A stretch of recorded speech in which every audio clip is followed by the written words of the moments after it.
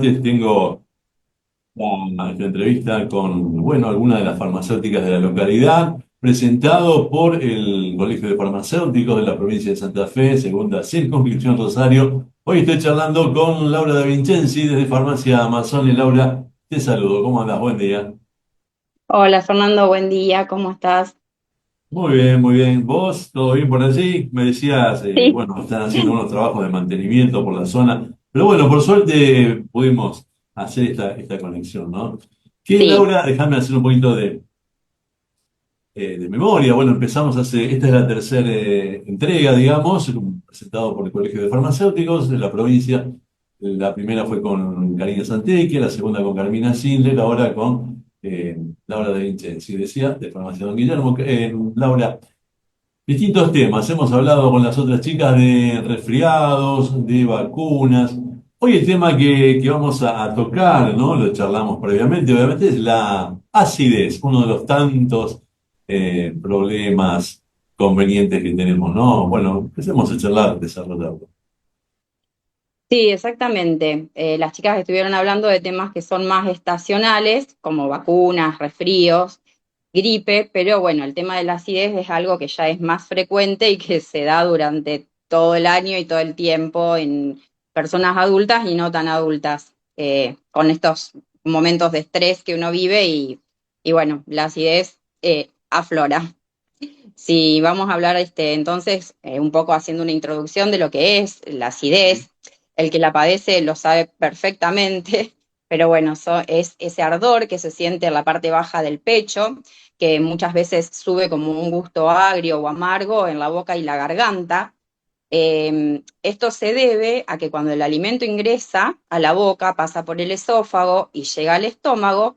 Entre el esófago y el estómago tenemos una pequeña abertura que se llama cardias y muchas veces esa abertura no cierra bien y se vuelve el ácido que tenemos en el estómago necesario para disgregar todos los alimentos y luego convertirlos en nutrientes para que se puedan absorber. Ese ácido vuelve al esófago, que no tiene ningún tipo de recubrimiento para todo lo que sea ácido.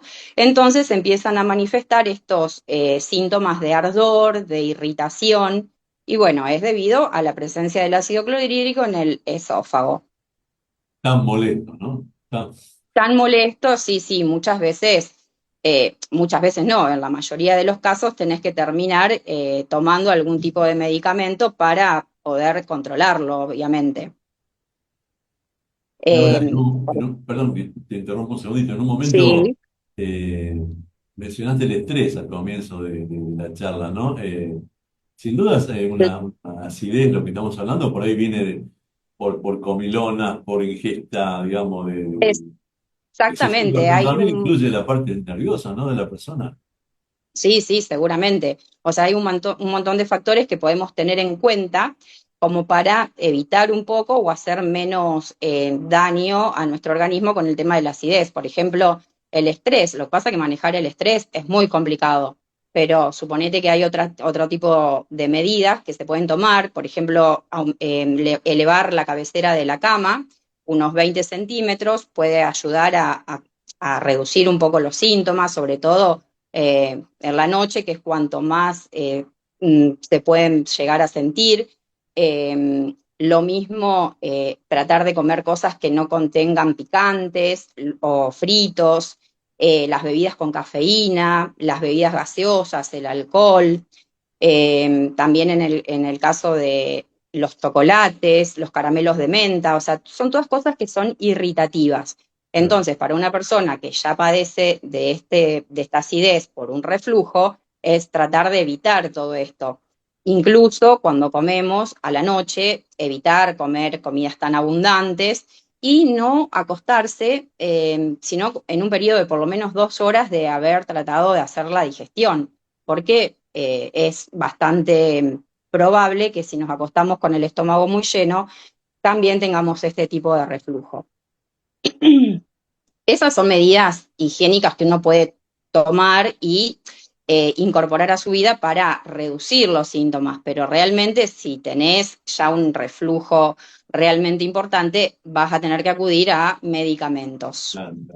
Y para ello tenemos dos tipos de medicamentos, los que son de acción rápida, inmediata, pero que duran muy poquito en el tiempo, y después tenemos los famosos prazoles, que también todo el mundo conoce, omeprazol, pantoprazol, esomeprazol y lansoprazol, que todos ellos tienen otro mecanismo de acción y duran más en el tiempo. Vamos a hablar un poquito de los primeros, que son el hidróxido de magnesio y de aluminio. Estas son unas bases que actúan por una reacción química con el ácido clorhídrico. Generan una sal y agua. De ese modo sacan el ácido clorhídrico del medio y la acidez se calma, pero es momentáneo porque es el tiempo que Claro. dura la reacción química y estas bases en el organismo. Entonces, eso te puede ayudar momentáneamente, pero en el caso de que persista y sea recurrente, ya ahí tenemos que considerar de tomar estos prazoles que sí son de uso prolongado, tienen un alto perfil de seguridad y eficacia. Todos actúan reduciendo la acidez entre un 80 y un 95%, pero empiezan a actuar entre el tercer y el quinto día de haberse empezado a consumir. Estos parasoles que le llamamos son inhibidores de la bomba de protones. ¿Esto qué significa? Ellos actúan bloqueando irreversiblemente la bomba de protones que se encuentra en las células parietales del estómago. Esta bomba de protones lo que hace es generar hidrógeno, también todo mediante reacciones químicas, por supuesto, para que ingrese a la luz, a la luz gástrica, se combine para generar el ácido clorhídrico. De esa manera, al bloquearlo irreversiblemente, sacamos del medio el ácido clorhídrico, que está muy bien para reducir la acidez, pero que también hay que tener en cuenta que ese ácido clorhídrico lo necesitamos para mediar otras cosas. Suponte lo que dije antes, el tema del alimento, o sea, el alimento para poder degradarse necesita de la presencia del ácido clorhídrico. Hay medicamentos que se absorben gracias a la presencia de este ácido, también vitaminas, la vitamina B12, el calcio, el hierro, necesitan para absorberse este medio ácido. Entonces, lo que tenemos que tener en cuenta siempre es consultar al médico, consultar al farmacéutico, porque el uso de estos medicamentos, si bien han sido declarados como de venta libre en el DNU que hizo el presidente en su primer día de asunción, no son medicamentos que se pueden tomar porque vos le decís a la gente que es de venta libre y por ahí se piensan que, bueno, si es de venta libre no hace mal. Claro, claro. Y no es así. Primero que ningún medicamento es totalmente inocuo, pero en el caso de estos prazoles, donde la acidez es tan frecuente y la gente, con tal de que se pase, lo quieren tomar, hay que tener en cuenta que se pueden tomar por un periodo y depende de qué situaciones se puede extender el uso. No sé, por ejemplo, el esomeprazol, que es uno de los que tienen mayor efectividad, si bien todos tienen el mismo mecanismo de acción, este es un poquito más efectivo porque genera mayor supresión de la acidez. Bueno, este medicamento interacciona mucho con el clopidogrel, que es un antiagregante plaquetario y que las personas adultas, la mayoría lo toma, y lo toma en combinación con antiagregantes, con aspirinas, con AINES, que son medicamentos para el dolor. Entonces, cuando vos tenés todo ese combo, tenés que poner un protector gástrico, pero Claro. ese protector gástrico tiene que ser bien elegido porque ya a lo mejor podemos estar haciendo un efecto que no es el deseado. Suponete, si vos usás esomeprazol junto con un clopidogrel, le vas a bajar la acción al medicamento que necesitas como antiagregante. Entonces, estos medicamentos, ya vuelvo a repetir, si bien son de venta libre, siempre es preferible consultar y ver bien cuál es el caso particular, cómo se debe tomar. Ahora, bueno, venimos hablando del omeprazol, que es un medicamento que últimamente escucho mucho, ¿no? Y tengo conocidos, por eso te hago esta pregunta, tengo conocidos que lo emplean. Algunos conozco que, suponete, tienen una comida importante, una cena, algo por el estilo, se toman un omeprazol antes. Y hago esa No, pregunta, ¿está bien o mal? Luego, hay otros que, creo que ahí lo mencionaste, que tienen que tomar medicación durante el día, tal vez 2 o 3 pastillas para distintos temas, y lo toman previo también como como una especie de protección. En estos ambos casos, que creo que son de los más usuales, ¿está bien? En el primer caso que mencionaste, no, porque como dije antes, empiezan a tener actividad entre el tercer y quinto día y su uso, en el uso frecuente, digamos. Si vos lo tomás por un solo día, no te va a resultar en nada, o sea, no va a generar, no va a poder hacer su efecto de bloqueador de la bomba de protones. En un caso así, es preferible tomar estos que dijimos antes, que son de acción rápida, pero efecto corto, o sea, un hidróxido de magnesio o de aluminio, que bueno, es también uno muy conocido. Pero en el caso del omeprazol, para eso no le da resultado. Sí, para lo que dijiste después, para una gente, para alguna persona que está polimedicada con antiagregantes, con anticoagulantes, que toma también algún AINE, que son los medicamentos para los dolores, Coxib, para ese tipo de personas es sumamente necesario. O sea, yo te diría que no, no es como una, mira, si querés tomalo, o sea, tomalo porque estás haciendo una protección para evitar que se genere una úlcera por el uso de estos medicamentos que son altamente corrosivos para la mucosa del estómago. En ese caso sí se toman y si son de uso prolongado se toman durante casi todo el tiempo que se usa la medicación y si vos tenés que hacer un tratamiento corto, lo usás entre 4 y 8 semanas. Lo importante es que nunca tenés que sacarlos o dejar de tomarlos en forma abrupta. Siempre hay que tratar de ir disminuyendo la dosis de 48 a 72 horas o en el caso de tratamientos muy largos, reducirla en un 50% para que no te produzca después una acidez rebote. Pero bueno, esa es una forma de tomarlo y de evitar después, una vez que lo dejas de tomar, que te vuelva la acidez. Y otra recomendación muy importante de estos prazoles es la forma en que se deben tomar. Siempre en ayuna y por lo menos 30 minutos antes de haber ingerido algún alimento para que se favorezca la absorción. Una dosis diaria es suficiente, pero en el caso de la gente que tiene reflujo nocturno y que por ahí es muy frecuente, se pueden tomar dos dosis, una en ayuna como dijimos y la otra antes de la cena. Esas son algunas recomendaciones para el uso de estos medicamentos que son tan de moda y bueno, para tratar un padecimiento tan frecuente como es la acidez. Claro, que nos sacan del problema, ¿no? Que es tan desagradable, como decíamos al principio. Laura, ¿qué diferencia hay, si la hay, entre lo que llamamos, bueno, acidez y lo que llamamos gastritis? ¿Eso sería algo más elevado, más grave? Sí, sí, sí, es totalmente diferente. Vos cuando hablas de acidez, o sea, la gastritis también te puede generar acidez, pero la acidez normalmente lo que se habla es de ese reflujo del ácido que hablamos antes y que vuelve al esófago. Cuando tenés una gastritis, tenés una inflamación muy grande de las células del estómago, de la mucosa del estómago. Y esa inflamación también puede producir acidez, pero incluso hasta a veces lastimarse en una úlcera péptica, sangrar y generar otro tipo de trastornos además de la acidez.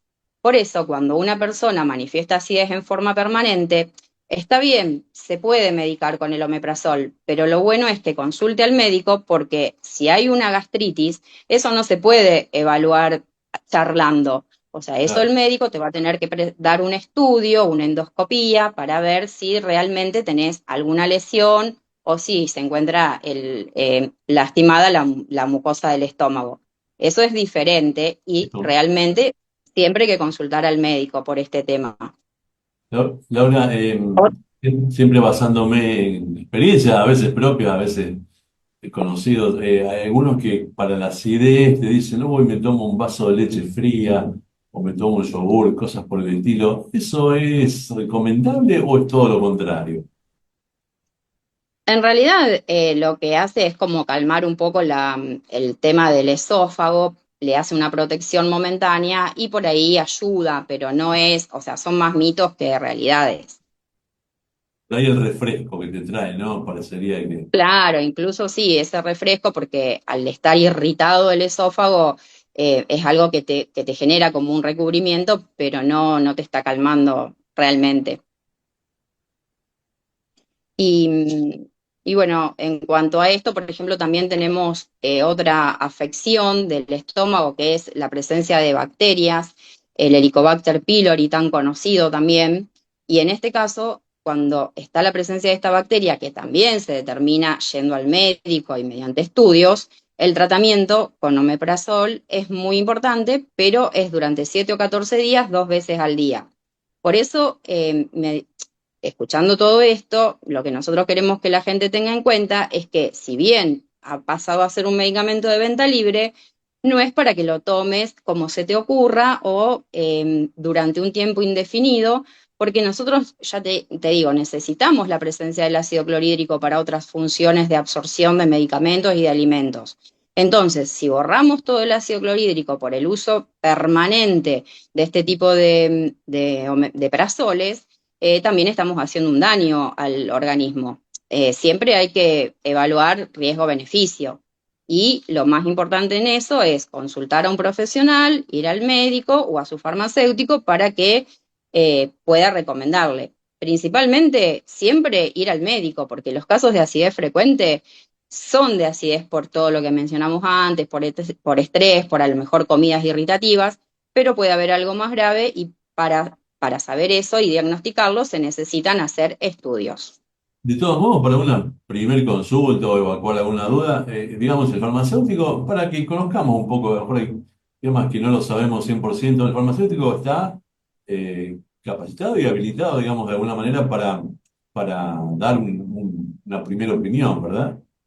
Sí, por supuesto. O sea, la primera opinión, incluso hasta poder medicarlo, hasta el momento que vean al médico, también Claro. podemos hacerlo con este tipo de medicación y con otras cosas, donde siempre el consejo del farmacéutico va a ser bienvenido.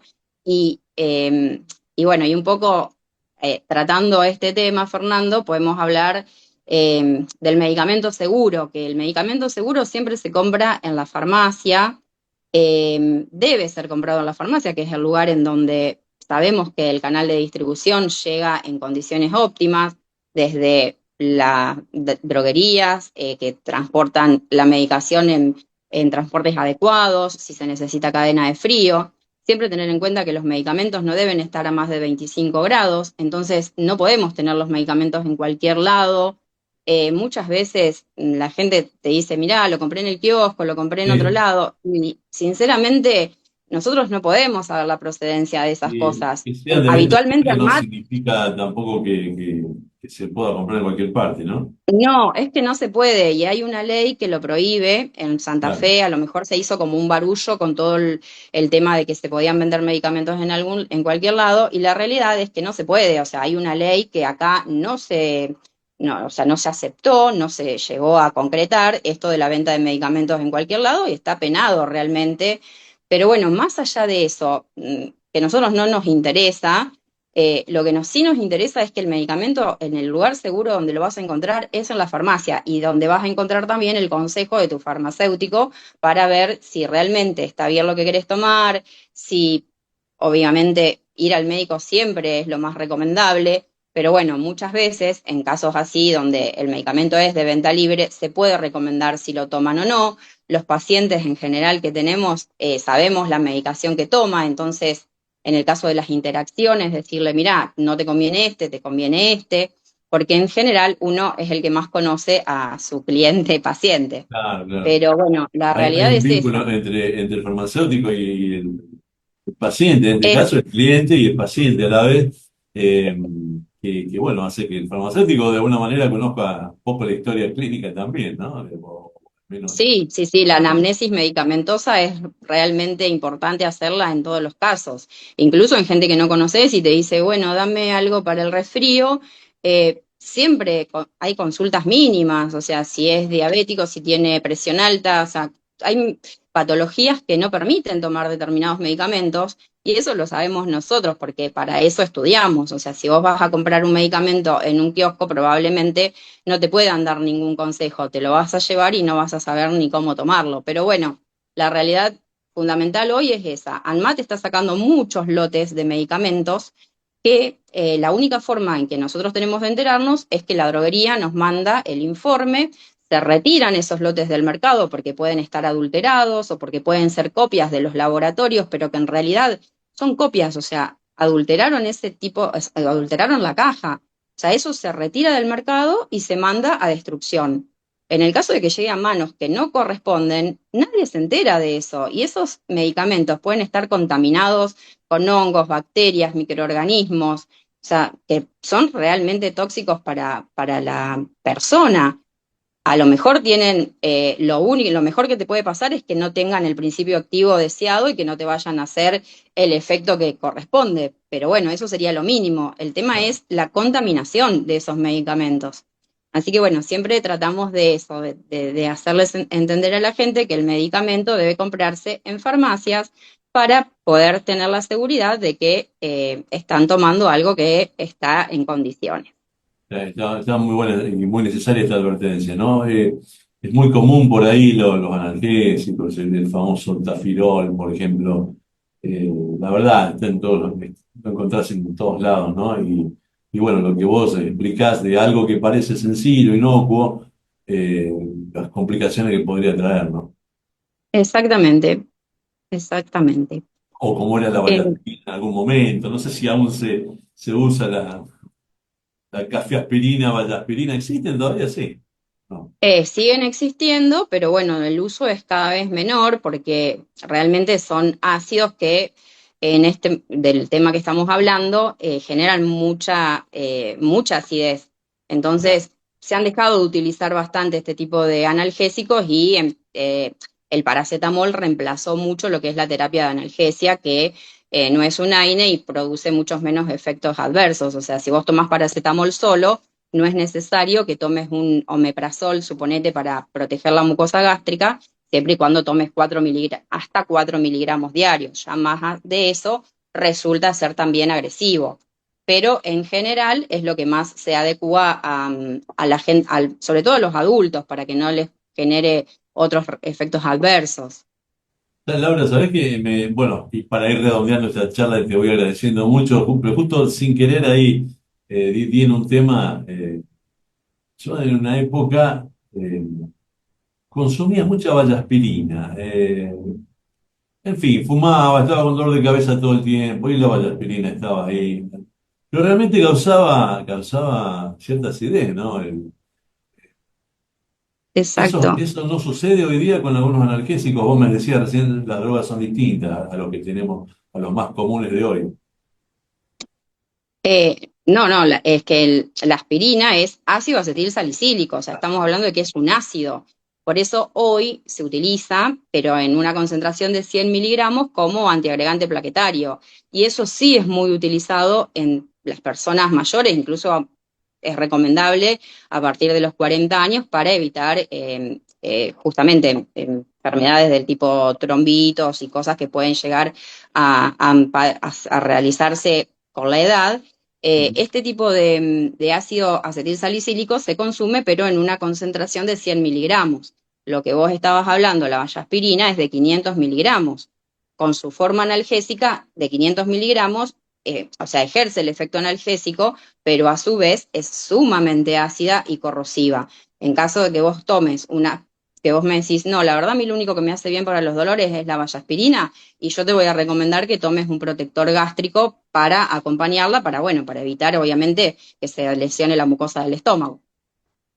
Perfecto. Bueno, Laura, hemos tocado un tema que seguro, si nos escuchan, no sé, 1000 personas, a las 1000 en algún momento le ha pasado o le va a Sí, pasar el sí. tema de la acidez y creo que ha sido muy interesante y instructivo, ¿no? Muchas cosas bueno, no las sabíamos, otras que había que refrescarlas un poco la memoria, incluso lo último que charlamos por ahí es algo que sucede de manera común, así que creo que ha sido muy interesante. Bueno, bueno, espero que así haya No resultado sé para si todos tus querés agregar oyentes. algo más al tema, si no, No, no, con esto cubrimos todo lo que es acidez y bueno, ya nos encontraremos en un próximo micro donde seguimos avanzando con temas de importancia y de interés para la gente. buenísimo. Agradecemos al Colegio de Farmacéuticos, ¿no? Que presenta Sí, estos micros con los farmacéuticos locales, las farmacéuticas en este caso. Bueno, hoy charlando con Laura de Vincenzi desde Farmacia Amazon. Laura, bueno, que tenga buen día. Gracias por todo. gracias a vos, Fernando. Gracias, muchas gracias a todos. Buenos días. Hasta la próxima. Hasta la próxima.